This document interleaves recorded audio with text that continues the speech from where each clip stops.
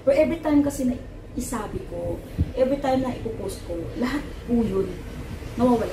Nakakatulog ako ng post. So katulad itong dalawang volcano na Asian volcano i-include ko rin itong ibang bansa dito na Asian din dalawa na si volcano na mag-eruption, saka nakakalungkot lang siya kasi meron akong nakita na para bang palagay natin isang grupo.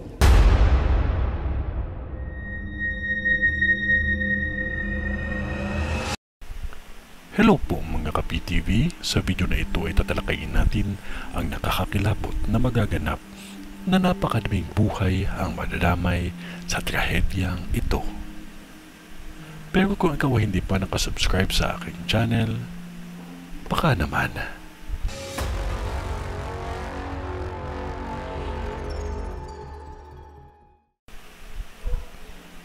Isang pagsabog ng gas ang nakikita ko na mangyayari pa lamang na nakikita ko sa vision ko at kailangan ko masabi ito upang maiwasan at hindi mangyari dahil madami ang madadamay sa insidenteng ito at may nakita akong buntis na nadamay. Isang malaki at malawak na sunog kung ito ay hindi agad maaagapan.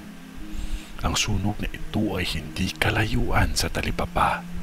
May nakikita akong tindahan ng mga burger at hindi ito malayo sa isang gas station at LRT o MRT. Malaking apoy ito.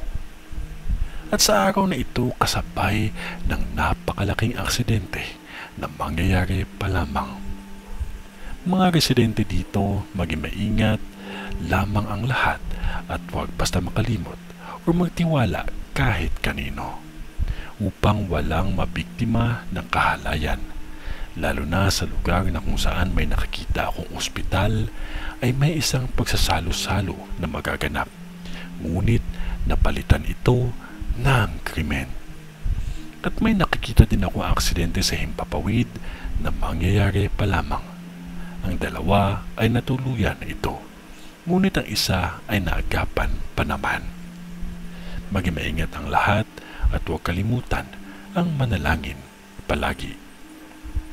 Ito ay ang bisyon ni Madam sa Taguig.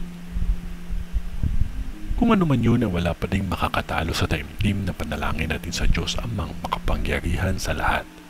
Magtiwala lamang po tayo sa Kanya kasi mahal niya po tayo. God bless po and stay safe po sa ngalan ng Diyos Ama, ng Diyos Anak, at ng Diyos Espiritu Santo. Amen.